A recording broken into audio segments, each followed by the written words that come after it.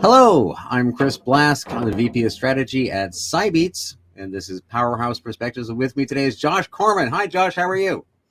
I'm a little nervous. How are you? I'm good. Don't be nervous. It's all good. So, as we are talking about in the green room before this is a conversation. We're just looking at trust, transparency, the kind of issues that we care about. Cybeats cares about, you care about, and each of the folks that I've had these conversations with, we've all been down this path. And we've been doing different things that we were just talking about. You're at Claroty now, which is OT visibility. Getting that visibility is great. You're involved in the COVID, leading the COVID task force in the government. You and I have connected most, I think, through the SBOM, the Software Bill of Materials initiatives, and all that's going on. And all of these different threads through all of my career, and I think all of our careers, have common themes. I think they're coming together today, right? It's trust, transparency. In the SBOM world, I keep coming down to all we're doing is defining the relationships that currently exist between entities. I'm your supplier. I'm saying I'm going to do this. Here's proof and evidence, and based on policy and so on and so forth. So as we were saying, we have these three questions. We look back, we look at the present, we look at the future. And Anthony, if you can roll that first one. So, looking at your past and all the things you've done,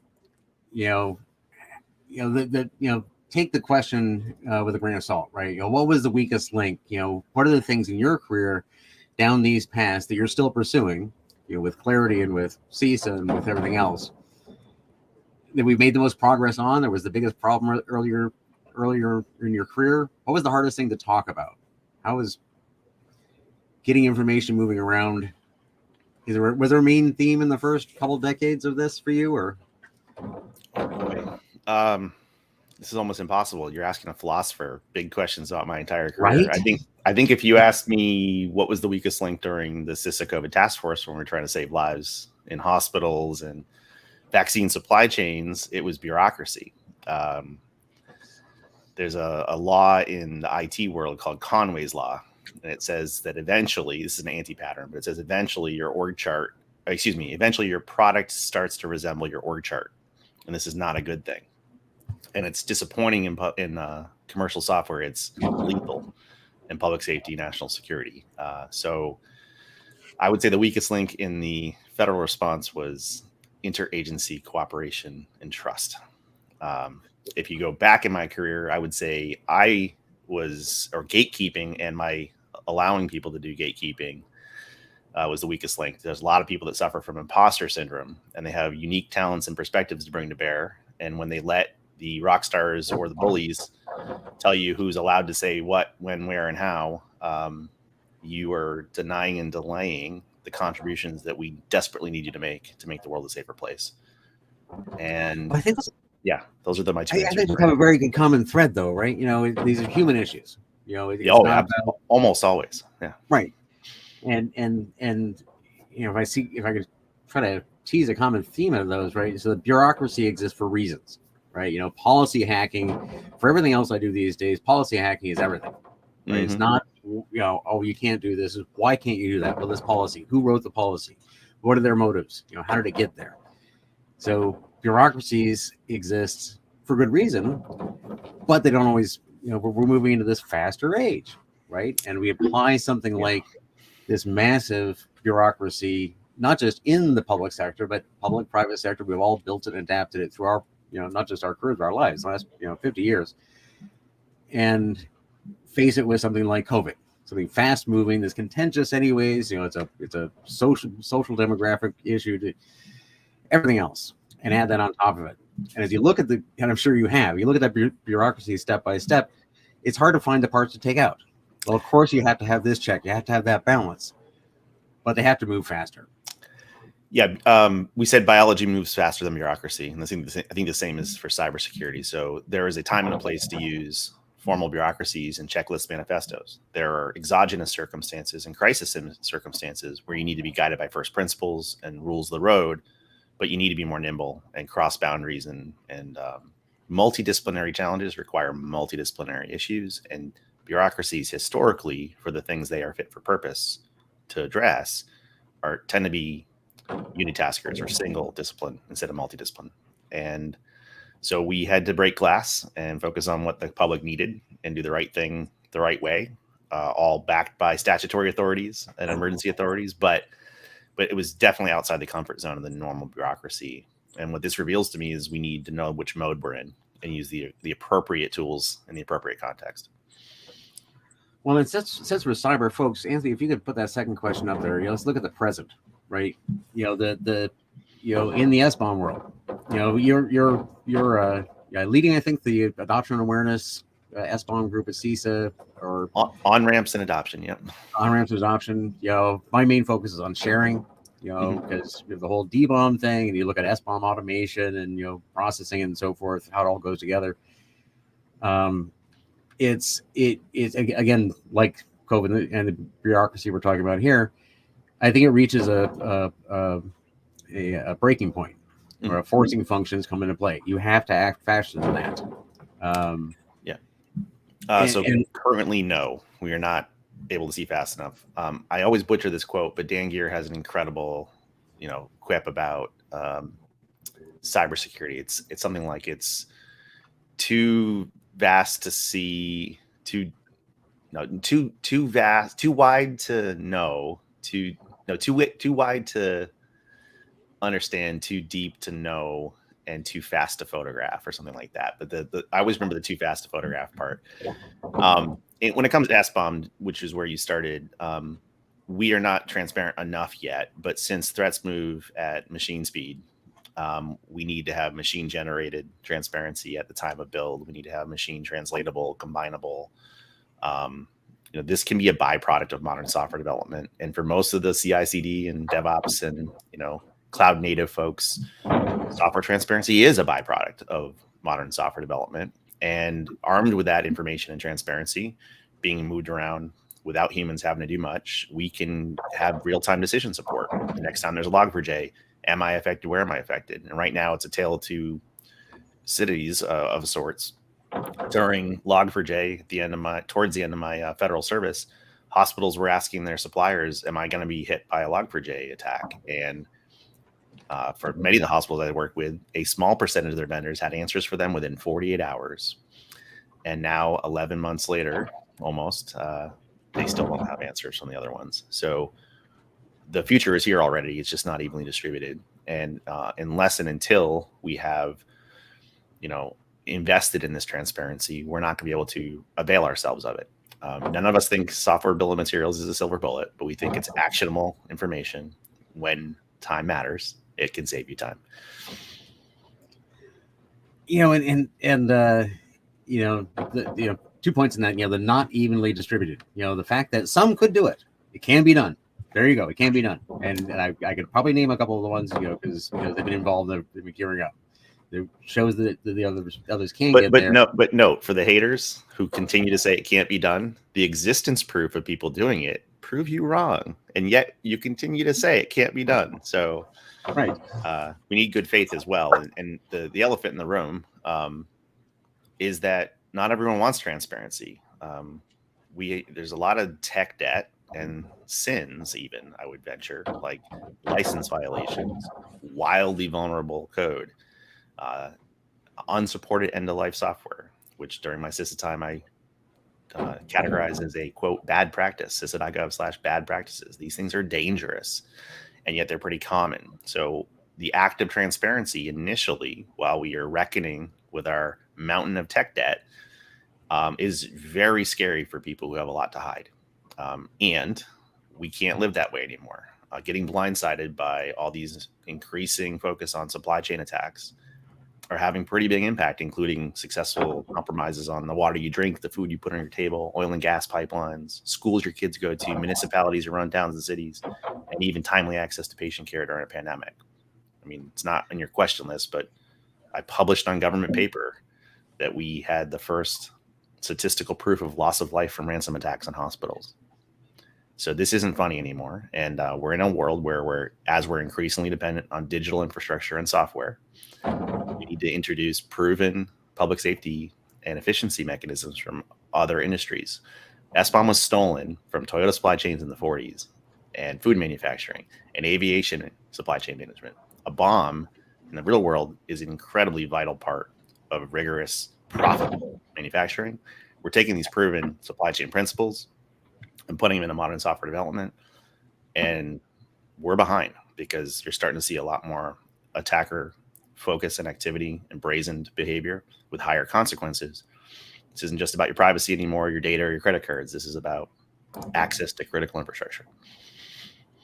Well, that timeliness, is possible, right? So I've got February 13th right now. I'm obsessed with this. I'm giving a talk at S4 on a day in the life of the S-bomb, and I'm going to try to capture the value of this. And I think a lot of the points we're talking about here, the timeliness is at the end of the day. If you don't have the timeliness, whether it's a supply chain attack and you need to respond as an asset owner or a vendor or whatnot, whether it's a pandemic, whether you're an individual, a family member with a family member in hospital, you need the timely response. Whether you're sitting out here in the ocean, right? The world moves along, and we can't let the policies, the bureaucracy, slow down the function of the bloody thing, right? Because I think because as you say, you can do this. It's been demonstrated. Log4j, some vendors can actually do this.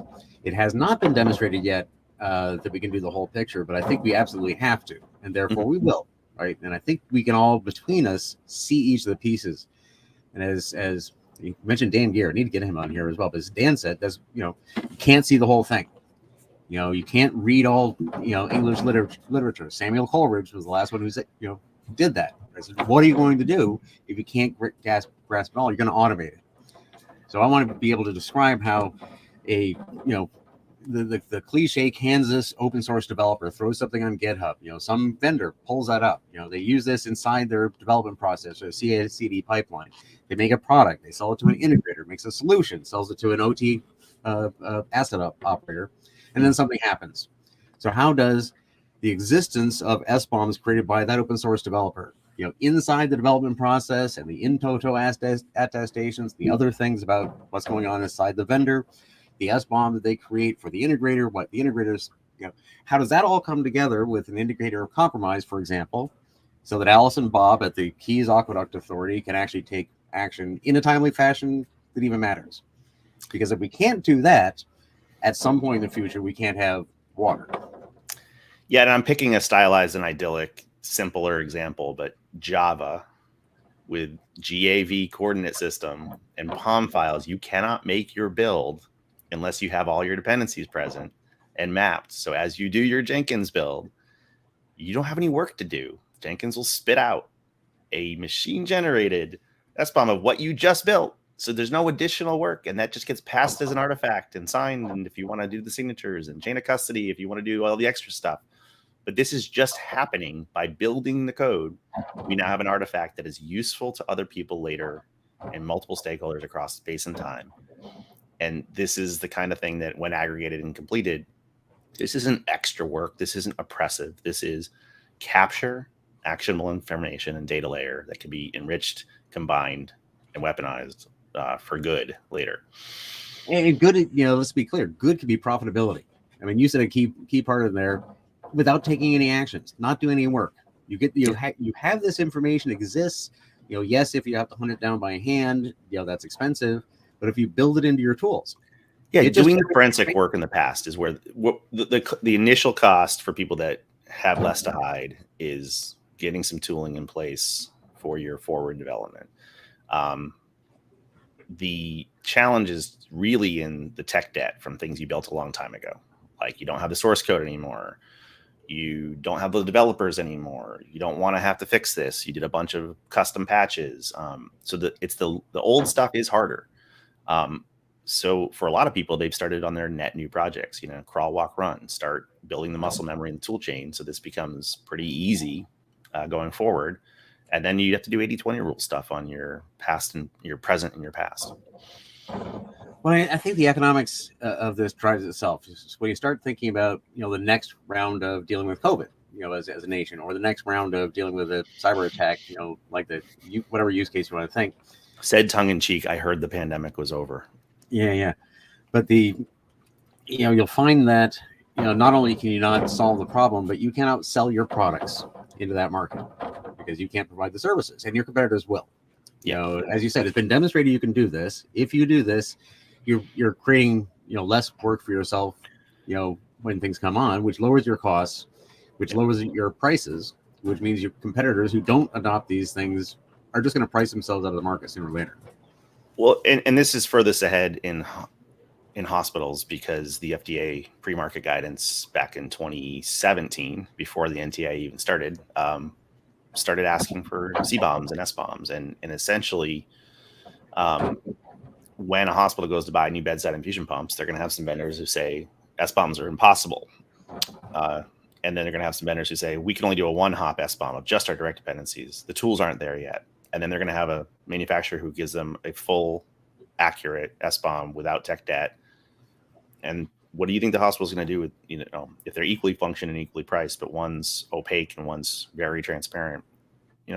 This is free market forces. Everyone says it's regulatory. No, it's actually providing information to enable free market choice. And it shouldn't be the core determinant above, functionality and requirements being met, but it is increasingly doable, and those that do it should be rewarded for it.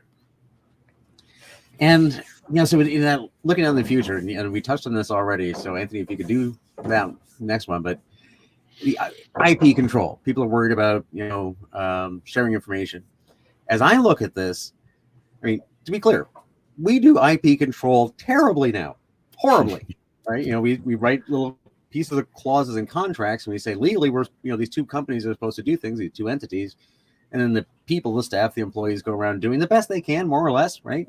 But if, as hardcore security people, if someone wants your IP and really wants to APT, they really want to focus on you and get your IP, they're gonna get it from most anybody. I think what comes out of this, so tell me I'm wrong, everything. So is that we are more able to control our IP with these structures in place writ large. You can say, I know who's touched, I know who has this information, I know where the information is myself, as opposed to generally believing that our IP is more or less safe because we're not trying that hard. Or am I overstating? I mean, there's lots of, this is a Rorschaching plot. You can see in it what you want to see in it. I think with a lot of cryptos being defeated with the March technology, so a lot of things that used to be secret won't be secret much longer. We have OPSEC fails, to your other point. When it comes to intellectual property, every time I hear it, I get triggered on something you're not asking about, which is people try to say, oh, isn't this our intellectual property? I said, some of it's intellectual property, but it's not yours. In fact, you're contractually and legally obligated to declare that you're using this library license. And I actually sometimes take them to their own website where there's a PDF that's human-made and human-readable, but not machine-made and machine-readable, which already admits that they're using these libraries because they're legally obligated to do so because it's not your IP. And even with Coca-Cola, take out a can of Coke, the infamous secret recipe, there is still a mandatory list of ingredients on it. It does say natural flavorings, and most of the time in the FAQs, if you read the S-bomb stuff, both before the president's minimum viable S-bomb and after, they make accommodations for you to render specific things opaque that are yours. These are really just about the third party and open source ingredients. And there's ways to have known unknowns. And people will either accept those or they won't. And there are some edge cases where there is IP or there is some contractual obligation to have micro opacity. But right now we have almost pure opacity throughout that entire supply chain. And a lot of these secrets get rendered visible when an attack actually exercises the flaw in the real world. So you can try to hide that you're using Log4j, but when you get compromised from Log4j, it's no longer hidden. And that was really a key moment when on my journey was in 2013. It was July 13, 2013. Apache Struts 2 hit everybody in the financial services sector. I was the director of security intelligence at the time at Akamai. And I said to my team, the world just changed. It's open season on open source. And they all criticized me and said, how can you say that? And I'm like, well, why ever attack a bespoke piece of code in one bank when you can attack the code everyone's using? And now that you know who is and wasn't using Apache Struts 2, you can rinse and repeat because they're not getting rid of Apache Struts 2. They might patch the flaw, but any new flaws you find there, you now know for the rest of the life of that app. You can hit them over and over and over again. So just like crypto, and just like we learned a very long time ago that security through obscurity is no security at all, what you want to do is focus on the right secrets and the right intellectual property instead of just these vague hand wavy, hidey things like, won't this be a roadmap to attacker, or the most cliche myth we've had to bust? No, it's a roadmap for the defender. Attackers don't need the roadmap, and they can find it on your PDF on your website, or they can just attack you blindly. Defenders are the ones that need this information to dampen the information asymmetry. And I think inside that, are a lot of messages you can speak to investors, and corporate boards and so forth. We're spending a lot of money protecting a lot of things that aren't really ours. Maybe if we define what's ours and maybe spend more money protecting that, and in total we'll spend less money, and therefore, but we'll get better results. Well, since I've always been on, biased towards the product security side and AppSec and Deming and Goldrat and, all the precursors of software engineering, one of my favorite parts of all this is we're going to eventually learn, with all apologies to Biggie Smalls, more code, more problems, right? So we have way too much elective attack surface, elective complexity. And when you start having to deal with and reckon with the transparency of that tech debt, we tend to find, and I did this a lot before SBOM was a public policy issue when I was at Sonatype, most of my software supply chain enhancements were to make more profitable engineering.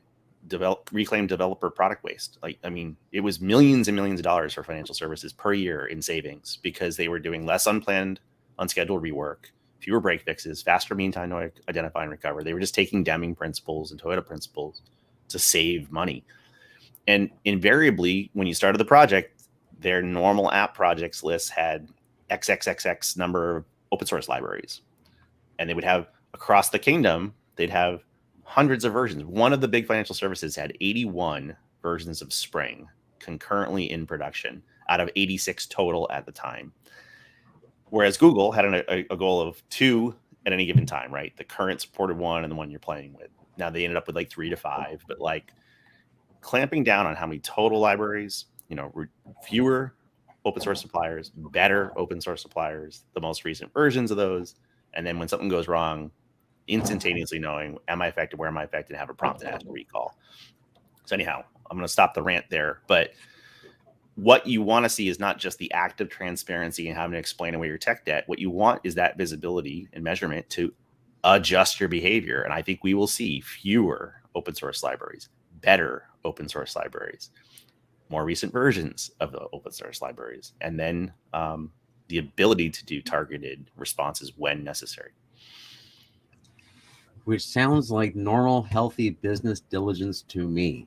So complexity is the enemy of many things, right? So generally speaking, most cybersecurity people want to add security products, but most of the gains, whether you talk to Halvar or Dino, or most of us as we get older, we start to realize the most material way to improve your security is to reduce your complexity. Yep. So we have hopefully reduced complexity in the entire universe by having this conversation today, and some probably unbeknownst to both of us, which is I love how that works. Somebody may take a lesson from it and change something that reduces the effort and raises the cost of the attackers and makes the world a slightly better place to be. But I know you have, Josh. Thank you for your time today, for everything you've done for the world in general, for the country, the pandemic, the industry, and for having just one of the best beards. I'm about to get it trimmed in about 10 minutes, but not too much, just a little. Okay, good. I rely on that. All right. Thank you very much. Thanks, everyone.